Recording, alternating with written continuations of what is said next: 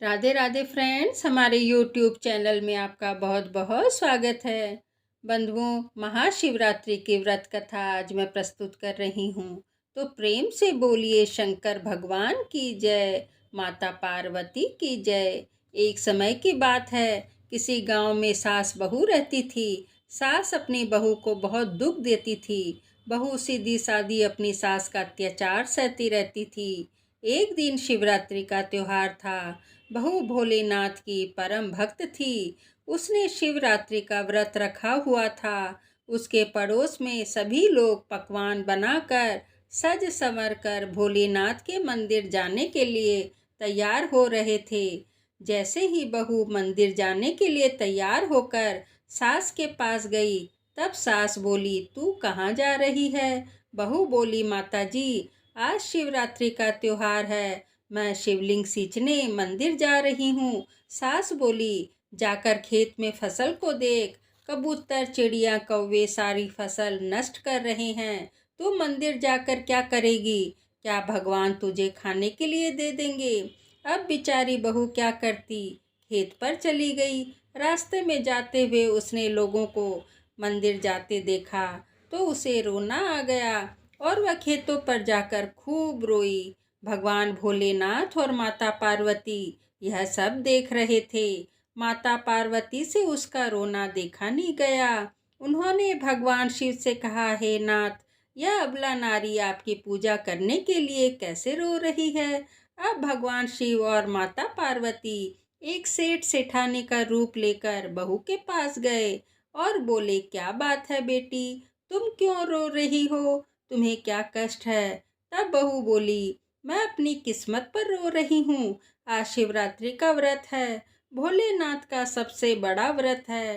गांव के सभी औरतें व्रत कर रही हैं, मंदिर जाकर शिवलिंग को सींच रही हैं और मेरी सास ने मुझे खेतों पर कौवे और चिड़िया उड़ाने को भेजा है और मैं अभागी आज के दिन चिड़िया उड़ा रही हूँ। तब सेठ के रूप में आए भोलेनाथ के ऊपर दया आ गई। उन्होंने बहू को खूब सारा धन दौलत दिया और उसे कहा कि तुम घर जाओ और अपना व्रत पूरा करो और अपनी पूजा करो। खेतों की देखभाल मैं कर लूँगा।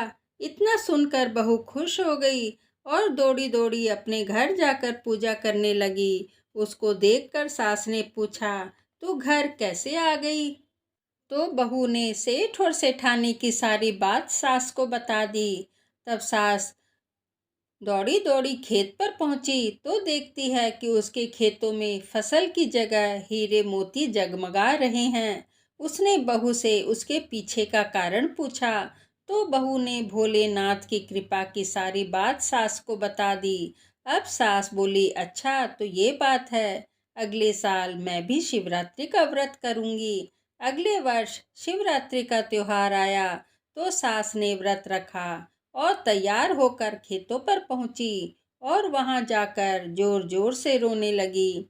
भगवान शिव और माता पार्वती सेठ सेठानी के रूप में बुढ़िया के पास पहुंचे और पूछने लगे, क्या बात है, तुम क्यों रो रही हो? तब बुढ़िया बोली, मेरी बहू मुझे बहुत ही परेशान करती है और उसने आज मुझे खेतों की रखवाली करने के लिए भेज दिया है, जबकि आज मेरा शिवरात्रि का व्रत है। भगवान शिव और माता पार्वती ने उससे कहा कि तुम घर जाओ और अपना व्रत पूरा करो, हम तुम्हारे खेत की देखभाल करेंगे।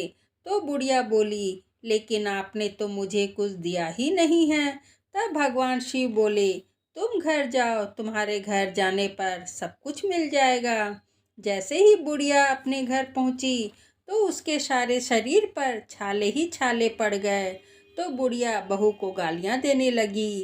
तभी भगवान भोलेनाथ और माता पार्वती वहां प्रकट हो गए और बुढ़िया से बोले, बुढ़िया, तूने लालच में आकर हमारा व्रत किया था, जबकि तेरी बहू ने सच्चे मन से शिवरात्रि का व्रत किया था। तब सास और बहू दोनों भोलेनाथ के आगे हाथ जोड़कर खड़ी हो गई और प्रभु बोली, मेरी सास को इस पाप से मुक्त कीजिए। तब भोलेनाथ की कृपा से बुढ़िया के शरीर पर पड़े हुए छाले ठीक हो गए। उस दिन से दोनों सास बहू मिलकर भोलेनाथ की पूजा अर्चना करने लगी। जय भोलेनाथ की। यदि आपको कहानी पसंद आई हो तो चैनल को लाइक, शेयर और सब्सक्राइब जरूर कीजिएगा। धन्यवाद।